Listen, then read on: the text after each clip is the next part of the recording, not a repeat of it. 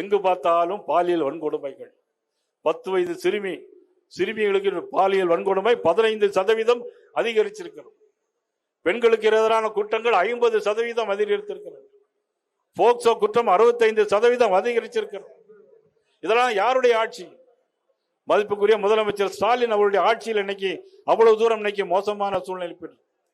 இன்னும் நெஞ்சை உருக்கக்கூடிய சம்பவம் இன்னைக்கு மாலையில் அகில இந்திய அளவில் இன்னைக்கு எல்லோரும் தமிழ்நாட்டை பேசிக் கொண்டிருக்கிறார்.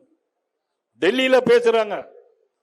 கோயம்புத்தூர்ல நேற்று இரவு 11 மணிக்கு ஒரு ஆணும் பெண்ணும் தனியாக கவர்மெண்ட் பாலிடெக்னிக் பின்னாடி இருந்து பேசிட்டு இருக்கிறாங்க. ஏர்போர்ட்டுக்கு பின்னால, சர்வதேச விமான நிலையத்துக்கு பின்னால இருந்து பேசிட்டு இருக்கிறாங்க.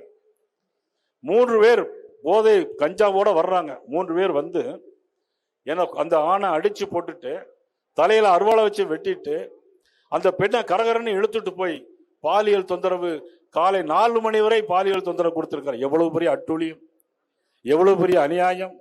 எல்லார் வீட்டிலும் பெண்கள் இருக்கிறார். பாதிக்கப்பட்ட பெற்றோருடைய மனது எவ்வளவு பதபதைக்கும், பாதிக்கப்பட்டவருடைய உணர்வுகள் எப்படி இருக்கும் அந்த நேரத்தில் சிந்தித்து பார்க்க வேண்டாமா? காவல்துறை ரோந்து போகவில்லை. கோயம்புத்தூர் காவல்துறை என்ன செய்கிறது என்றே தெரியவில்லை.